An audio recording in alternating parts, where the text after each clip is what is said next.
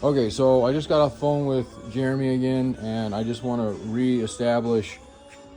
For those of you who don't know who we are or what we do, we mainly sell Jeep parts. We've been selling Jeep parts since 1984, and it just recently we did it. We did some work in Erie on our original yard, service work, and we got into some custom stuff out there.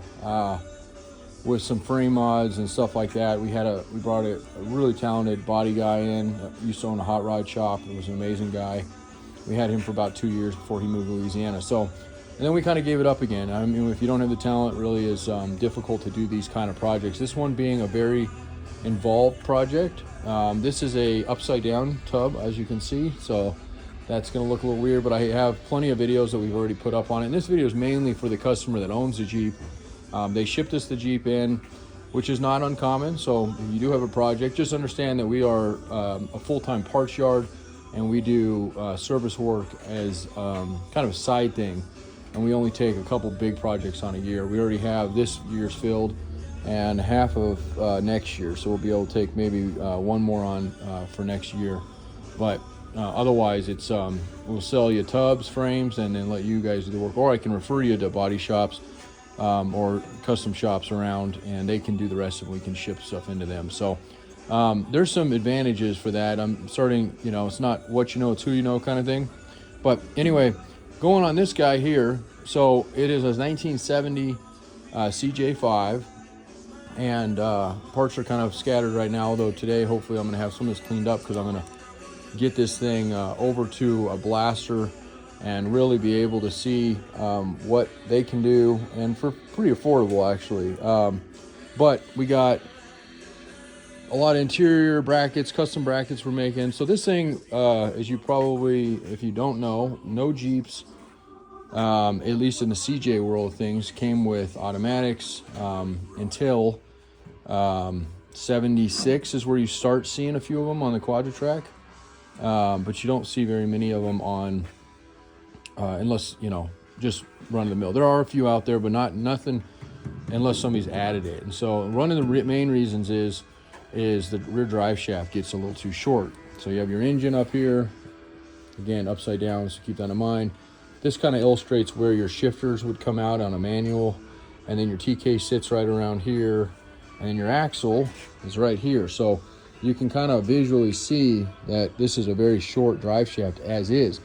Then you get involved and you take an automatic and put in here, which I don't know if I have a manual to show you to give you kind of a rough idea. We don't have a manual gearbox sitting in here, do we, Jerry? If not, no big deal. I was just gonna show everybody. You know what? I have one outside. Some of these are going down to the builder next week, so we brought out all our cores. So.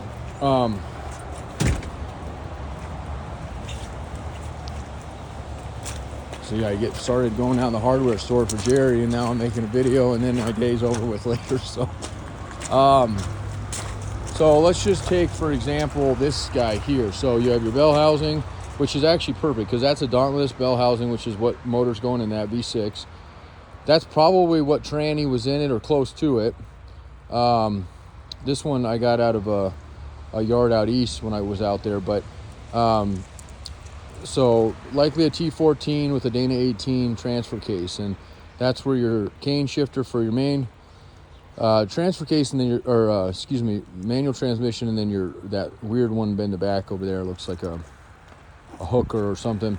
That's going to be your transfer case shifter. Anyway, so you can see it though, and I don't have a tape on me, but we are probably about 26, 27 inches from literally your bell housing, so the face of the engine or the back of the engine, all the way back. And really, that's not that long. It might not even be that long. It's really a short setup, and makes this Jeep originally work really well. So then you go to throw what we did in it, which is, and I'll be the first to say this was completely new. Even the companies that make the kits don't offer the support, which is crazy to me, thinking that I could sell a part and not tell anybody how to put it on if it was something new that I had personally made or my company made. But that's how it is in this world. they give you the parts to adapt things, and I think mainly because not everybody's putting it in this setup. So they'll build it for, maybe they built it for a 7, although this particular one, of course my phone's gonna ring right now. We'll put that one on hold. Anyway, so now you look at, we got this bad boy sitting over here, completely rebuilt, turbo 350, and that's just a mock-up T-case. We have a T-case that we rebuilt for it, and you can see clearly how much longer we're talking, and it's not a ton, but it's enough. It's enough that it makes, when you already are dealing with a very short drive shaft, it makes this way difficult. So anyway, I really am not talking too much about that, other than this has been a fun one to do because of that. There's been a lot of custom work that had to go into it.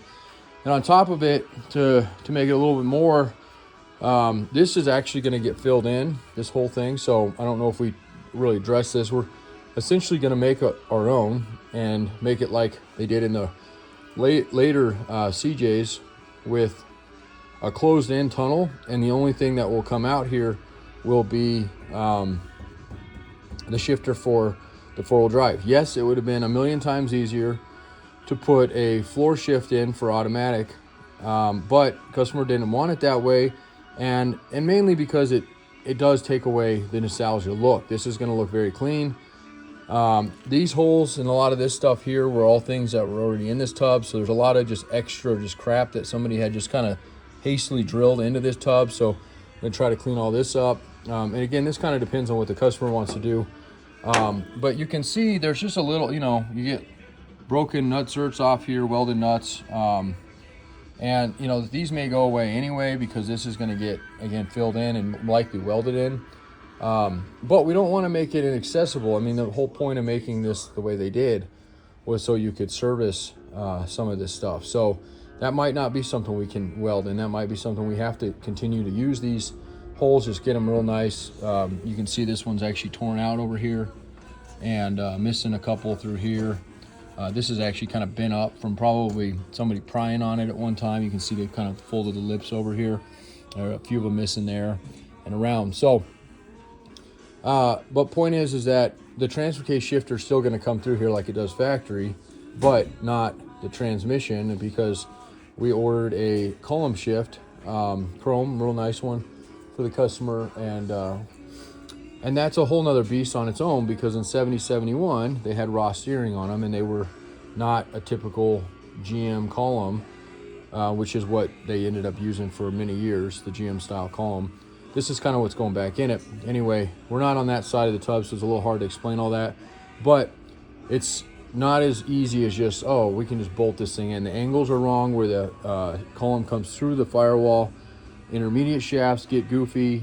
On this particular one, and it'll be a fun part to show when that frame gets cleaned up, but we completely removed the original radiator support and welded on a 76 and later radiator front crossmember support, and that allowed us to mount a factory Saginaw style box without having to do the kits that they do. Now the kits that they do, we did use pieces from those kits, but the problem with those kits is even Advanced Adapters, which is a great company, when you get it all bolted on, it just doesn't look factory. And the whole idea with this Jeep is to make it look as factory. Now, most Jeeps will see a lot of off-roading. This particular Jeep probably won't see any or very little off-roading. So really the look of it and how it all comes together is really going to be, how is this thing, how does it look? I mean, it's, how, I guess I'm trying to say is, how does the project tie in at the very end is really what's going to make or break the Jeep. And as any projects, we can do all the craziest, coolest modifications and custom work and everything like that, but if it doesn't all tie in at the end, it's going to look like shit. So that's kind of where I'm at right now, and that's part of the reason I'm making this video again. This particular customer, we've worked with videos. As a matter of fact, I think that's how he found us. And I think it's important to really illustrate exactly not only what's left to do, which there's still quite a bit, but also you know, what's important to the customer and what would be important, you know, to us. It's just because we want to do it doesn't necessarily mean the customer is going to want to do it. And just because the customer wants to do it doesn't mean that we're necessarily going to want to do it. So, but, you know, we try to come to terms on these kind of projects. There are some limits sometimes. So if you are going to, you know, if you have this idea in mind that you want to do, you know, it just depends on, it comes down to just like anything else, a lot of times budget, depending on how custom something can get. So CJs are pretty straightforward. And I took a call yesterday. A guy wanted to chop a Cherokee in half and build a truck out of it, which is actually one of my dreams to do eventually. But it's like, get out your wallet and, you know, or your checkbook and blank check it, because it's been done, but there's no kit, there's no directions, everything is, you know, from scratch. So, all right, so this Jeep is a California Jeep, and if this was a tub that I was selling, which we've been selling tubs for 20 years, I would consider this tub definitely a B, a high B, or even a low A. It's one, you don't get a lot of 70, 71 tubs, period, the Kaiser era, but for tubs, like if I had this thing in my yard, I would definitely be, even as it is, I'd definitely be asking, you know, decent amount on it, because you don't see them like this. I happen to have one more of these out there that is for sale, and it might be a tad cleaner on the bottom side, but overall it's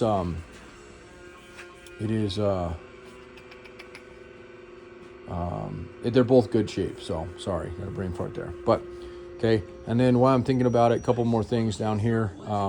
So we're doing automatic conversion, manual or power steering with a GM style column in this, power brakes, power or disc brake conversion on the front, and open knuckles, because of course these came with closed knuckles.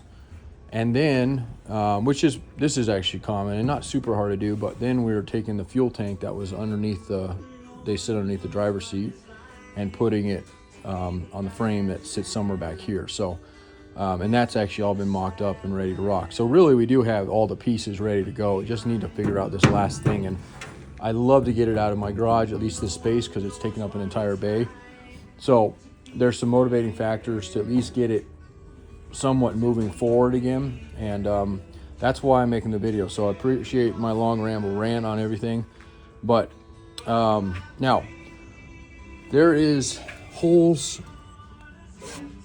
all over this thing. Now customer may go, you know what, those don't matter, man, I don't really care. That's totally fine, because when Jim came in a few weeks ago, he's seen everything like this. He's like, do you want me to fill all this in? And these are not factory holes. These are people drilled. They just randomly were putting speakers in places. They were putting, they said a full cage, which is part of what this crap is down here and why these collapsed. They pretty much popped the cage through here and then clamped, and then just, you know, just impact the shit out of bolts and just crush these pockets. So these don't really do anything else, as far as, I mean, they definitely do. They support your floor, but they're not terrible here. You don't have to clean these up. We were going to, the way Jim was going to do it, is he was going to replace this entire section all the way out and all the way forward, and that's just because that's how they sell this section. Now this one's not too bad.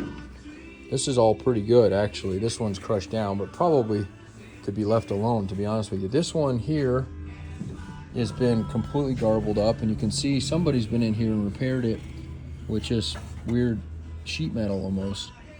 And structurally, where they get weak is where the front of these tubs, the same with the frame, meet the frame. It becomes the you know, all the rigidity ends there. So, and you can even see this area here. So we had a couple of these in the back. We were gonna try to cut this out and clean this up. The thing that sucks, and you can see, look at this big ass hole here, and that's like sharp.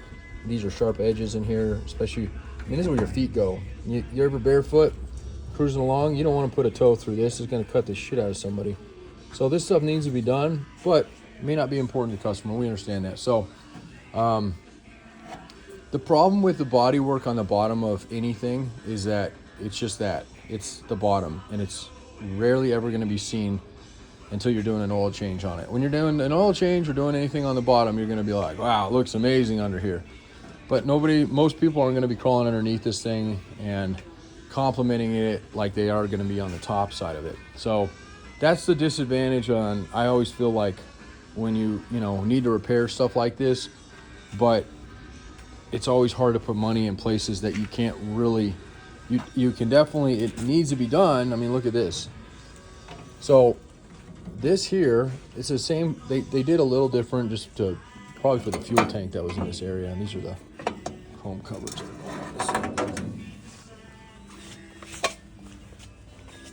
That's sharp as shit too. That there. Okay. All right. So again, it's this section here. If we do it the way the kit does, or the piece that we can order, you can see it's cracked all the way through. This is an actual frame mount. This one's not only, but it's completely drilled through and not the way it was supposed to be done when they redid this one. Somebody's been into this thing somewhat and just kind of fixed it as they went. So, and it's Jeep. That's what you do. So, there's some, you can say it probably had a drive shaft or something break at one time. There's a couple dings and stuff around here, but nothing major I would mess with. I would definitely say having it blasted is a big priority right now, because when you get into areas like here, which is completely blown out, and I hit this with our washer, which did a pretty good job. That blaster is probably going to even erode this back even further, but you can see this is really where the areas that are going to be difficult to see and where it's super weak. Now again, you have the side of your tub, your floors coming together. You can see they've already started putting in just hastily screws here, try to keep this together somewhat. But the repair stuff goes all the way down, all the way back up. And I know we all can agree that that original quote they did, but I will say that after I talked to them, and they, I just told him it was absurd, and he goes, well, I don't think we worded it correctly. And I still don't think it was right for the way it came out as far as high as it was.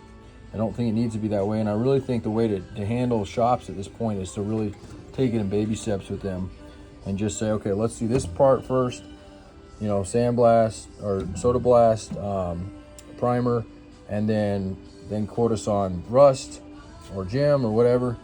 Okay, get the rust done, get the floors done, get this done.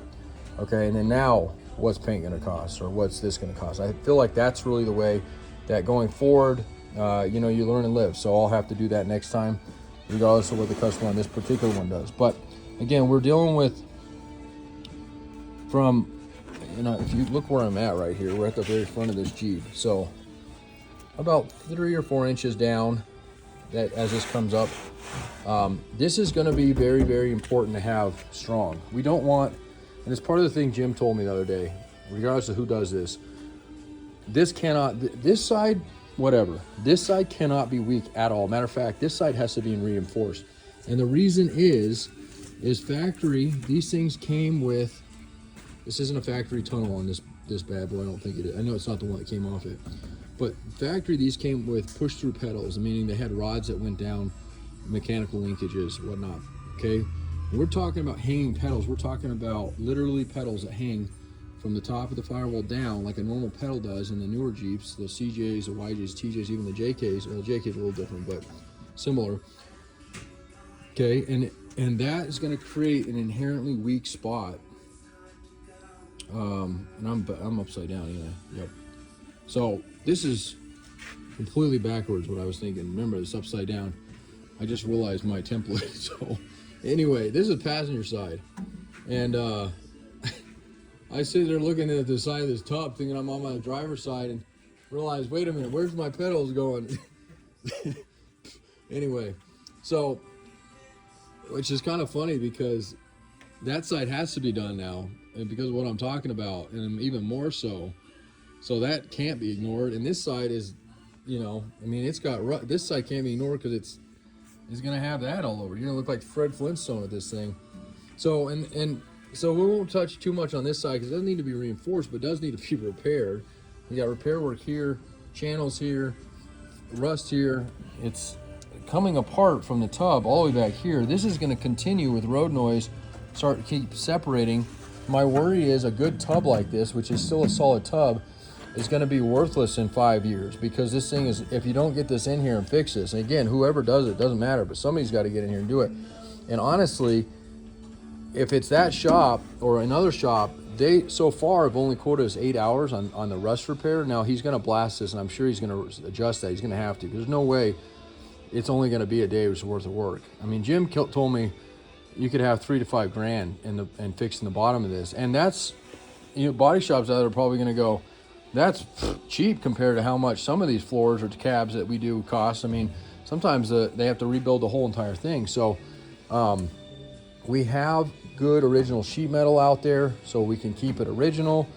We can order these.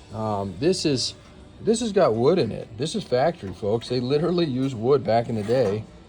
And if it was in better shape for the nostalgia, I'd say, yeah, let's, you know, but it's not. It needs to be replaced. And structurally wise, this does come out on the frame here, so this does need to be a structural piece here, and it needs to be solid. Otherwise, it's gonna rip itself apart, especially with this built brand new motor.